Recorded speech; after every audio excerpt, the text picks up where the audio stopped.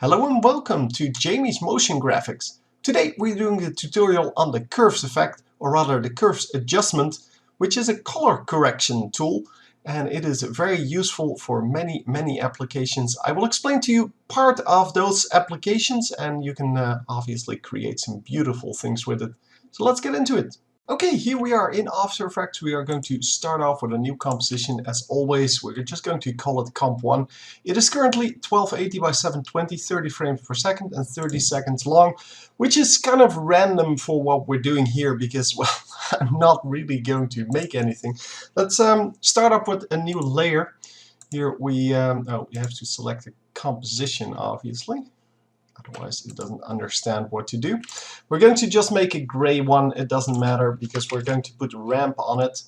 I can just drop it on here. I only have one layer, so it's not going to make a difference. So all I want is to have some kind of gradual thing. It doesn't really matter. Today we are explaining curves, as the title says. So let's pick up a curve. So you can drop it here, here, or just on here. Currently it doesn't matter because we only have one layer. And the curves, that's what it's all about today. So I need some kind of gradual effect, so we have different gray tones. And yeah, what we're going to do is we're going to demonstrate how this works. So the curves thing has 4 different uses, well 5 actually. The alpha as well, I'm not going to discuss that, it is pretty obvious. The alpha is the transparency of the layer, so you can edit that as well. But yeah, here you can see it's RGB, red, green and blue. RGB is obviously red, green and blue, but it's RGB is kind of the entire spectrum. So everything you do on here is affecting the entire spectrum. Everything you do on the others only affects that specific color channel.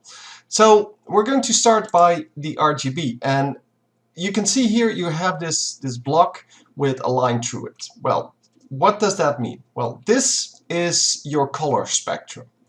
On the left side we have the dark colors, on the right side we have the light colors, and obviously it just flows from left to right, going brighter and brighter and brighter. So basically this line represents the amount of light in your color. So here on the top right side there's a lot of light in your color, so these are the whites and the light grays, and then it becomes dark and dark and darker, and here you have the blacks and dark grays. So very little light. But what if I adjust that? So what if I pick up this line and pull it like this? You can see that my picture becomes darker. And does that make sense to us? Well, we have to look in vertical lines here. So this color that used to be on this little spot here, I can't actually zoom in, which is kind of a shame, but the color that was on this little intersection of the 2 lines here now gets dragged down all the way to here. So there's even less light in that same color. So the color that used to be here is now here, meaning it becomes a lot darker. It's not actually black. Black would be at 0, but it's very dark. And if we go to the top part, then the light color that was actually here, for example, is now dragged down to here. So it becomes a lot darker. So the middle color, which was this one, is now, well, super dark, but that same color, it can now be found over here. So basically you move the entire color spectrum to the darker edges. If you do it the opposite way, obviously it's the same but opposite. So this dark color becomes a lot lighter, this medium color becomes almost, well, almost white, and then the light gray colors become almost white as well. So there's a lot of lightness in here. Yeah, that's all nice and so, but what if we wanted to do something fancy? So this is our original again. You have the reset button here. It's very useful for these kind of effects. But what if we wanted to make the light colors lighter and the dark colors darker? Well, here you can see the dark colors become darker because everything here gets dragged down. Then we cross over kind of in the middle. Let's make it exactly the middle. So the middle point stays exactly in the same spot, and then the light colors become lighter because everything is dragged up from where it's supposed to be when it's on this line, so on the diagonal line. So Now you can see that the dark becomes darker and the light becomes lighter, meaning that you kind of have more contrast. So this is called a contrast curve. You can also do the exact opposite, which is not used as much, but we are going to see that there are very nice applications for that. You can drag the dark colors up and the light colors down, and then you get, well, weird effects.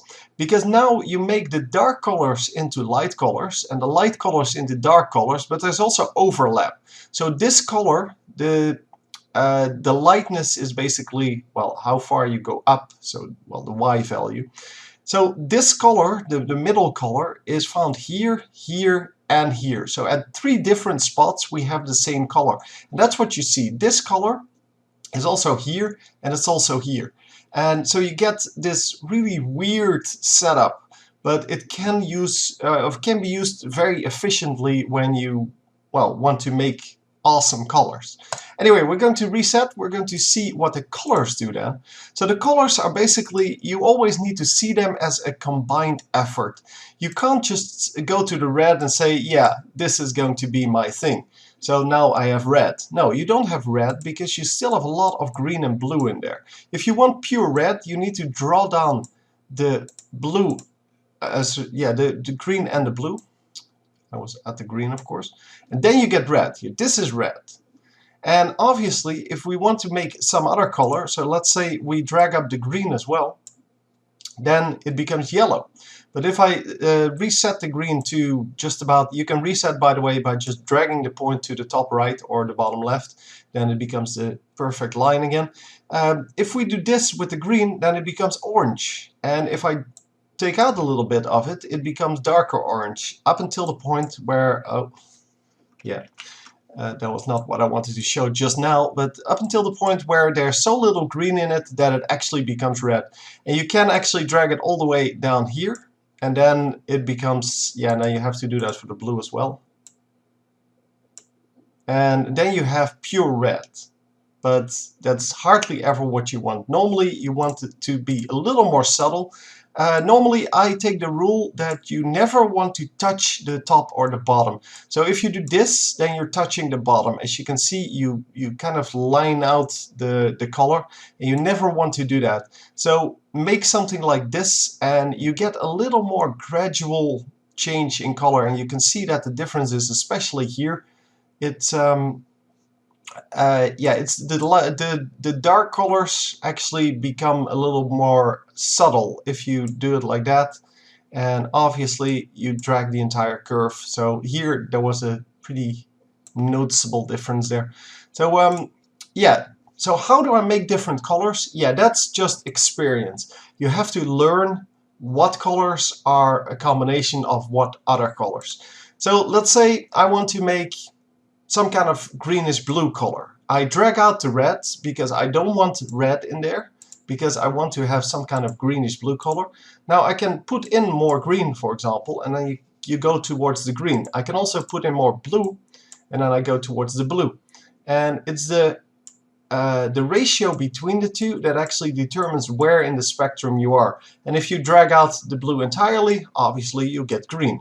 But yeah, once again, don't line out the color, because, well, here you can see it very clearly.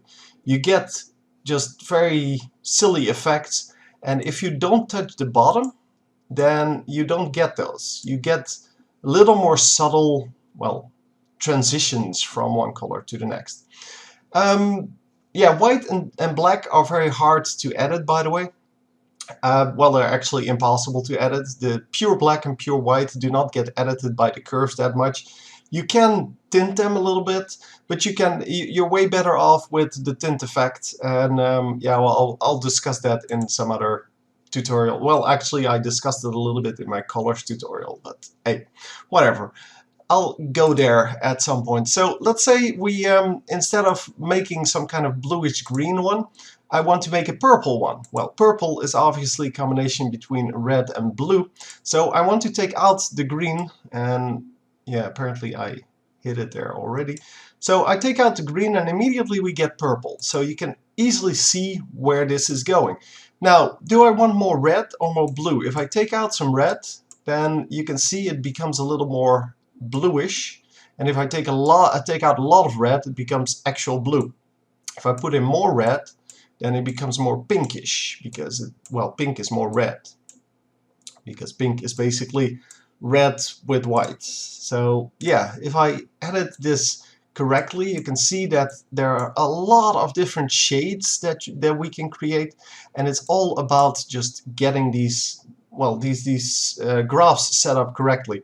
Now, what are now the like awesome effects you can make with this? Well, here I just showed you what happens if you take out or add in more red. But what if I add in more red for the top colors and less red for the bottom colors?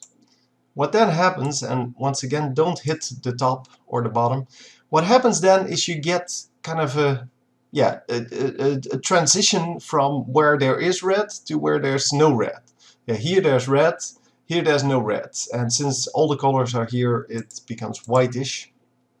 But then if I do the same with green, for example, or a similar thing with green, then you can see that the difference becomes even more. And now if I take out the blue, or if I do something different with blue, for example, I put the blue in the dark colors but not in the light colors, then you get completely different colors between those two.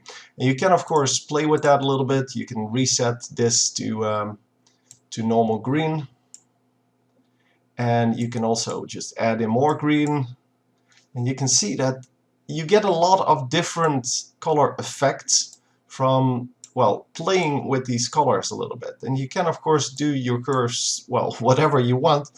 And what this curve now says is, in the lower colors, so the darker colors, which is up top here, I want to have a lot of green. So the green has to be bright. So instead of being a dark color, it now becomes a lighter color in one of the 3 channels, in the green channel. Then if in the middle colors, I basically don't want a whole lot of green. I can even take out more if I want to. And you can see that it becomes reddish, because apparently I have the blue also set to very little. And then in the top colors, I want a lot of green. And yeah, you do have to work a little bit with what you have with these 3 points that I currently created. By the way, points are created just by clicking on the line and dragging it. And as long as it's possible to make the line, it will make it. Otherwise, it will just remove the point. So yeah, we have now 3 different, or 3 distinct colors here. The red, the yellow, and the greenish blue. But there's also there's a transition region where we have kind of a purplish color, and then we have the white and the black. So there are a lot of colors happening, even though I added no colors. So I didn't paint this, I just put on some curves, and that's exactly the point of this. And obviously if I take out some other curve, or if I make my curves a little bit differently, then you can definitely get some different colors, and some of them will be very pretty, some of them will be complete garbage like this. But yeah, you can definitely do some stuff. So what can we do with the curves outside of making cool colors? Well, we can actually put the curves on what's it called, an adjustment layer. And for now that won't change anything. So I'm going to put this on here, and I'm going to adjust this a little bit, and you can see it works exactly the same as it did before.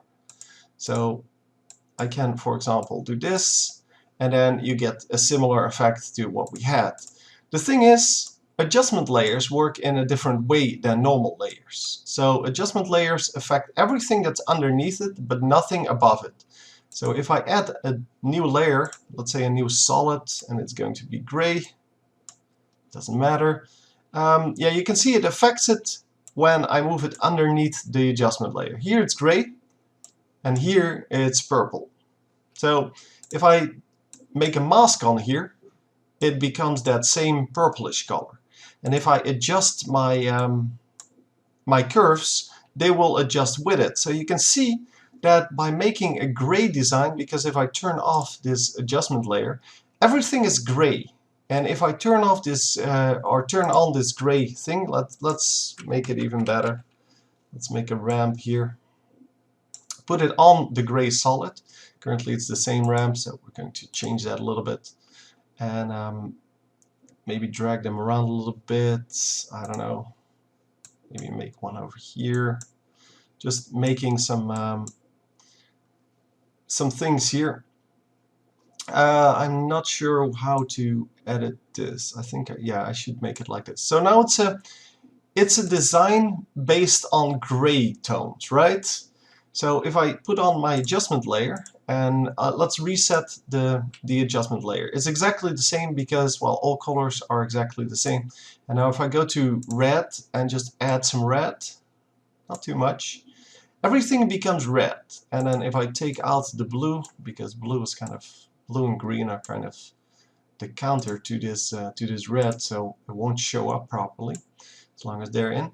Now everything becomes red, and if I put in some green to the high colors, but not in the low colors, then you can see that we get this whole different color spectrum, but everything fits together.